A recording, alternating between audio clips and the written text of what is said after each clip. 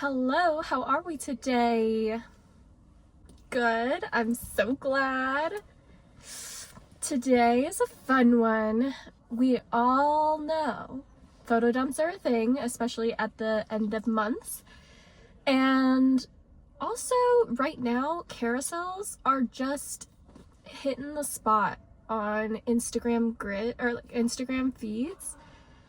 So definitely suggest, and Facebook, I always feel like a photo dump, just like it's traditional, and Facebook is a traditional place, so photo dumps are the thing to do on Facebook anyway. But on Instagram right now, like, they're just really hitting a sweet spot, not only in the algorithm, but like from a consumer point of view. I feel like people really enjoy that kind of break from reels, and then also I just feel like it makes you feel like you're participating as a human if you're somebody who's trying to be salesy. So let's dive into the art of the perfect photo dump. Perfect being subjective, obviously, but regardless, I know we grew up with the rule, look, don't stare. However, in modern days, that rule may apply still in person, but digitally, people stare, zoom, and scroll all day long. That means details matter when you're posting on social media. And just like telling a great story in person, you can share an event summary through images with a photo dump. I'm about to give you a quick rundown of what I think makes a great photo dump after an event. But before we dive in, remember this: when you're posting online, you're speaking.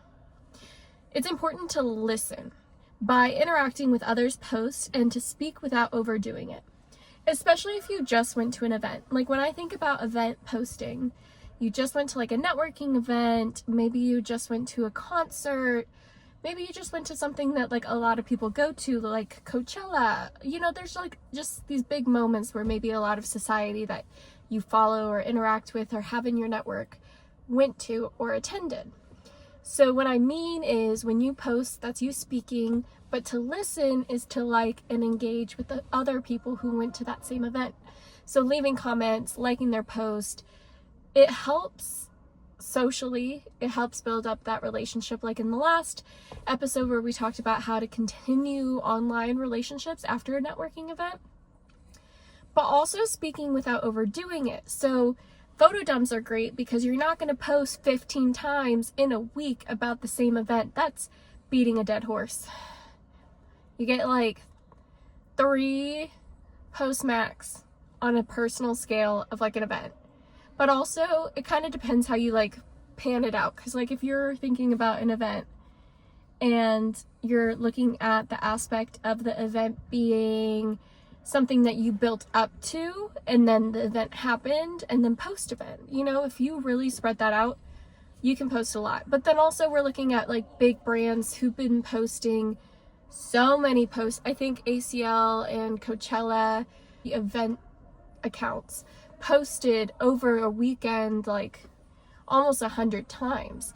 And that level, you're letting the algorithm work for you. But if you're on a smaller scale and you only have 1,000 followers, let's not beat a dead horse and overpost about an event. That's why photo dumps are great. I'm going to share my formula for the perfect photo dump with some bonus tips to make your post pop, including how to anchor it, why music matters, and step-by-step guide to attaching a song to your carousel. If you don't know how to do that, we'll go over. You also can include up to 20 images or videos in a single carousel post on Instagram, just FYI. Facebook, I don't think you're limited. I actually think you could probably do 100. Couldn't tell you for sure though, but pretty sure you could. The perfect photo dump formula. Start strong. First, solo shot. Start with you. Now, if you're the type who is humble and doesn't like to be in the spotlight, the reason we want you is we scroll and we see people all day long. The people who know you, who love you, want to keep up with you, need to know it's you. It's like bumble swiping and you see somebody in a picture in a group photo first. You're like, well, who are you? Like, Are you this person? Are you that person? So when you start with the solo shot, you're gonna get stronger engagement because people know it's your post. It's like waving to your audience saying, hey, this is my post, stick around. A polished look, a candid smile, or even a cheeky pose works. It's your moment to say, hey, I was here. Next, maybe hit them with a quick video. A video being the second image is actually really great too, because the algorithm, when it promotes your post, it has kind of like this. I recently learned this. So what it does is in the system, it promotes your post first image first, and then if it doesn't get a lot of hits, the algorithm adjusts your post to show the second image first, essentially like A/B testing for you to see if that gets higher engagement. So if you make a video as the second photo, you actually are allowing for that system adjustment to play in your favor even more. So with a video being the second, it could be a 2 to 5 second clip. It doesn't have to be long. It could be a live photo that you turned into a video. But this idea is just like a quick little glimpse. And it's like real, it's personal. It could be like glasses clinking, a shimmer of lighting, laughter. It just allows people to feel a little bit more in the scene. Third, we're gonna mix up the who, the what, and the why. So the who is maybe who you're with. So those are like the group pictures, the pictures with your favorite people. The what is the event that you're at. So if you have like the signs for the event, if you have like a badge, if you have like a wristband, if you have just like location shots. And then the why, you know, if you have a story, like in my head, sorry, I'm like a little in Coachella, but if you saw an artist in your photo dump, say you saw your artist that was in your Spotify Wrapped and you took a picture of your Spotify Wrapped, you could include the Spotify Wrapped stat, like say that you were like in the 0.01% listeners on Spotify, put that in your photo dump. But then on the other side, if you're there for a networking event, maybe you should add like your graphic that says your stat about how you do in your job, because who's looking at this post? Probably people who attended that event too, especially because you are like actively kind of engaging with them online. So the why can be very purposeful. Like you can make it so that it really dives into why you attended that. But I love the idea of reusing things that like already showcase the why. Like your Spotify Wrap is kind of I walk the walk and I talk the talk, and using your graphic from your statistical roundup of your year or from your quarter, like kind of showcases I walk the walk and I talk the talk. Close it out with an anchor photo. So like at the very end, maybe just do another solo shot if you have it, or your favorite image, whatever your favorite image is. And this can just be your exclamation point of the visual story. Maybe it's a sunset, an empty room, or your passport, you know? There's just like a lot of mixes of how you, and I think it really speaks to how you view like exclamation points. It's like very personality based. Like I think you should make the anchor photo very personality based because it anchors us to you. And then the caption, wrapping it up with words, pulling it all together. Captions are interesting. I think Instagram loves just a sentence. Like people love a one Instagram sentence, but that doesn't really tell the story. So if that's not your vibe and you want to share with people like why you were there and what you were doing, like go for it for sure. Definitely plays a little bit better out on LinkedIn and Facebook than it does on Instagram. So if you want to do your customization, which we've kind of talked about before, where each platform has a different vibe, and so maybe your caption should be a different one for each, that's something you can play around with AI. Now, adding music is, I think, part of the reason why carousels are doing so well, because it plays into the same algorithm boost as Reels already, because Instagram in a space is kind of like the radio. So if you choose a song that's trending, you're more likely to be seen. and carousels are being added to that layer. And part of the reason it is, in my opinion, is because businesses are using carousels a lot to make infographics. So Instagram is incentivized by businesses to promote carousels just as much as reels, but music is a big part of being a part of that algorithmic push. I hope I didn't confuse you. I'm sorry. Leave a comment below if you have any questions. But okay, so Instagram algorithm loves carousels, and it loves it even more when you add music. A carousel is simply a multi-image or multi-video post that users can swipe through. Adding music creates an immersive experience that keeps people on posts longer, a win for engagement. Just to note, when you add music to the post, which I'm going to show you how, when you add music to the post, you remove the music or sound in any clip. So like if you have a video clip in your dump, then you lose that sound completely. I recently did a dump where it's so funny saying it like that, but I recently did one and I had no music added. And then I did photo, video, photo, video, photo, video, and each video was basically a reel. But I just put it in the carousel post, so each one had its own song. I kind of liked it, but I would say that the views were way down compared to if I had done a carousel post with the music attached. So algorithmically, it's to your benefit to just take the hit and not have the music that is in your clip, and just take that little sound bite of the section that you choose for your music that you add on purposely. So when you're adding music to your carousel, first you create your post. And when you're looking at the picture option, if you don't know how to choose multiple, leave a comment and I'll make a short that shows you how, separate.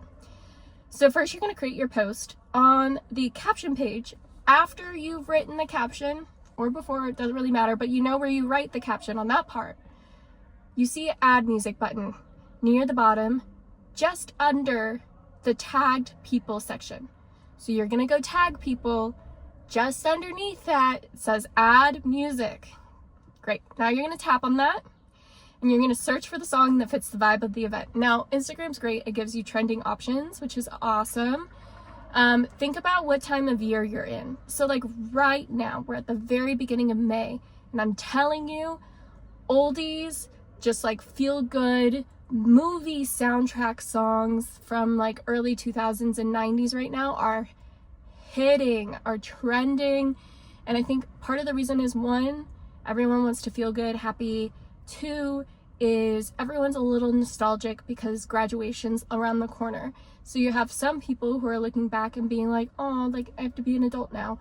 And then you have some people who are looking back and being like, oh, my kid's an adult now. And then you have some people just being like, oh, what a great year, you know? So think about what time of year you're in and try to match the tone, just to play up the push that you can get. If you don't want to choose a song that's already trending, you still want to emotionally resonate with the audience. But once you choose your song, you get to choose the selection points. So like when you click on the song, you're going to be given, there's like, there's like a sound bar, and you can wiggle it around left to right. And when you do that, it starts at different points. So you can go where it like suggests, which is always good because it's just, they already know that that section, like that starting point, the little dots are starting points that the system already knows people like when it starts there. So you can take those suggestions, and if there's like one part of the song that you really want to showcase, then do it. And then before posting, you can see that the music is attached because underneath the tagged, so like if you go back to where the captions are, to ensure that you added the music, look down at where your tagged button is, and then if it doesn't say add music and it tells you what song you chose, then you know you correctly selected your song. It should not be empty. It should show you the name and title of the song that you chose. Then you're going to post it. And that's it. Great, you got music added. Now, I'm just gonna give you a little, we talked about a photo dump, but like, how can you make it Gen Z? Because like, that's the thing everybody wants, right? Marketing wise, if you're looking at sales, if you're doing this with purpose and you want to be really salesy, but you want to add a little authenticity flair to it, make it Gen Z. So chronicle chaos is the first note to make it Gen Z. Don't just post photos in the orders that they happened. That's way too predictable. Instead, mix it up so your audience feels like they're peeking into your head, not just your camera roll.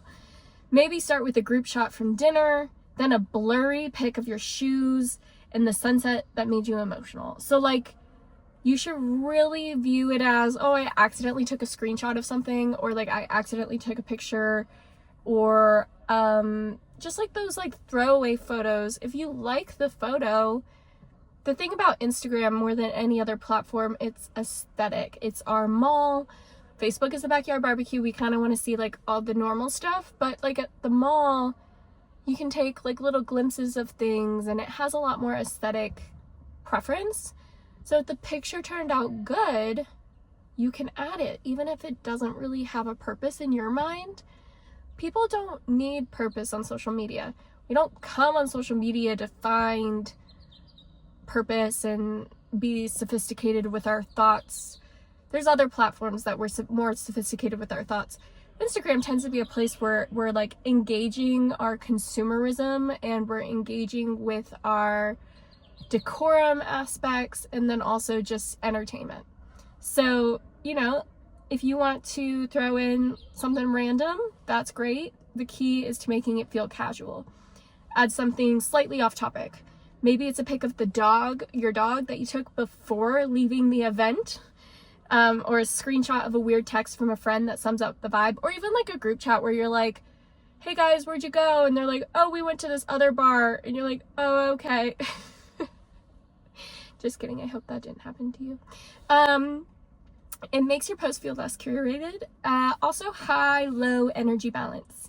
So if you pair the loud, fun moments with quiet, candid ones. So like the dog example is so cute, like sad dog staring at you, like, don't leave me. But then the very next photo is like a really busy photo with a lot of people at like the after party. So that's like high-low. And then the next photo after that maybe is like another low, and it's just like a really nice place setting of food with your like name tag. Contrast is everything. Blurred or imperfect shots. Not every photo needs to be HD. A blurry photo of your friends laughing or a photo taken mid-movement says this was real. Those flaws make it relatable and human. Yes. I really like blurry photos. I think they're really in, and you should definitely try to make them blurry on purpose, honestly. And that's my suggestion for you. You've already done the hardest part. You got out there, you lived a moment, and captured magic through your lens. That alone is something to celebrate. Sharing your story through a photo dump is the perfect way to let your audience into your world. And guess what? They want to see it. Your fans, your followers, your friends love you for who you are, and they're excited to feel like they were right there with you. So don't overthink it. Your story, your vibe, and your moments are exactly what they've been waiting for. Now, go hit post and let your light shine. You got this. Let's chat again soon. Gibbs. Thank you so much for being here. Appreciate you always. Can't wait to see your next dump. Bye.